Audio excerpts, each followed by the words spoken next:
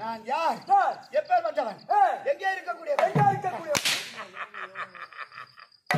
வரப்பிரசாதி வரம் இன்னரன் இம்புரன் சித்த விச்சாரன் வந்ததுக்கு பலகன் அனைவருமே எனக்கு கண்ட மாத்திரத்திலே யானையை பதுங்கி சிங்கத்தை கொல்லும் சிங்கத்தை போல் வரப்பிரசாதி நான் யார்?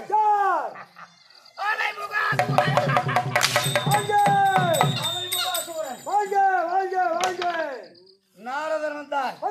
என்ன தெரிவித்தார்?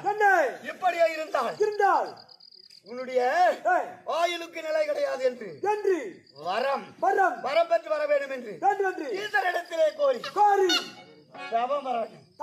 தவம் செய்து வரங்களை பெற்று வர வேண்டும் என்று அளித்தான். எப்பேற்பட்ட வரம் வாங்கியிருக்கிறேன்.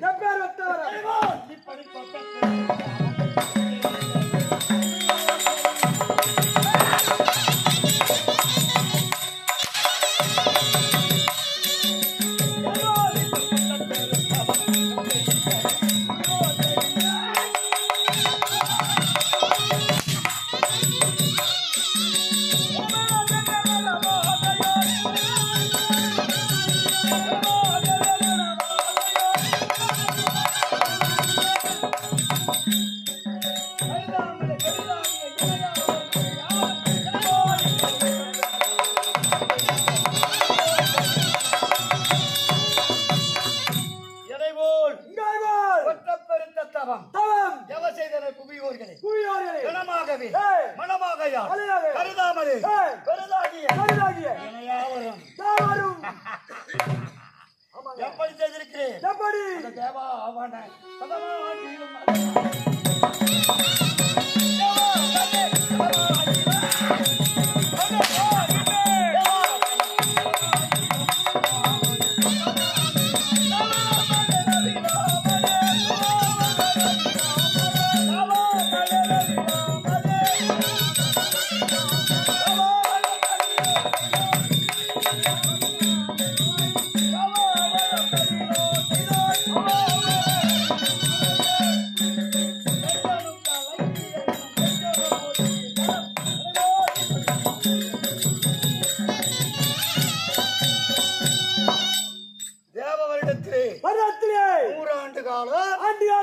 கடுமையான தவம் எப்படி அப்பு பிரத்தி வாயு ஆகாயம்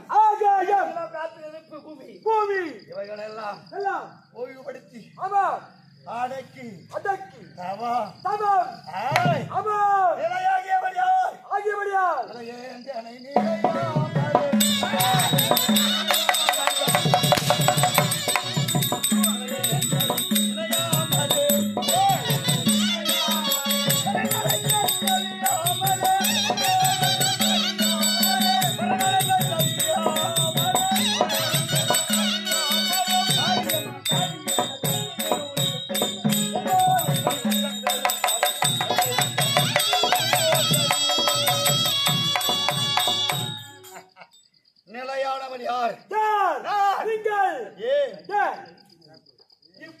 மண்டலத்திலே ஈயரும்பு 84 லட்சம் ஜீவராசிகளும் படைக்கப்பட்டவன் யார்? பிரம்மதேவன் படைத்தான். அவன் இந்த உலகத்தை சிருஷ்டிக்க வேண்டும் என்று யோசனை செய்து அவன் என்ன செய்தான்? ஜனங்களை சிரிக்க வேண்டும் என்றால் யாரை உட்பட செய்தான்? தரணி என்ற பெண்ணை உட்பட செய்தான். ஆளாக வைப்பவன் தக்கனை உட்பட செய்தான். தக்கன் வலது பாதத்திலும் இடது பாதத்திலும் உட்பட செய்து லட்சம் பிள்ளைகளை பெற்றார்கள். அந்த லட்சம் பிள்ளைகளும் நமோ நாராயணன் என்று போய்விட்டது. ஆனால் மறுபடியும் என்ன செய்தான்? 50 பெண்கள் 51 அல்ல 50 பெண்களை படைத்தான். 50 பெண்களிலே அந்த காசிவர் என்று சொல்லக்கூடிய முனிவருக்கு 13 பெண்களை கொடுத்தார். 27 நட்சத்திரனுக்கு கொடுத்தார். 10 தேவதைக்கு கொடுத்தார். 50 முடிந்தது. ஆனால் வினதை என்ற பெண்ணை சேர்த்து அரக்கர்கள், கிண்ணறர்கள்,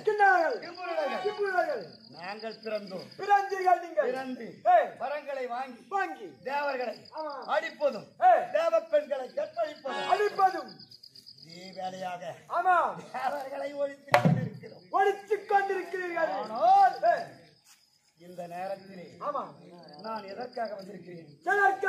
நாரதர் சொன்னபடி சென்று தவம் இருந்து வரங்களை பெற்று வரங்களை வாங்கி வந்துவிட்டு இனிமேல் சும்மா இருக்கலாமா?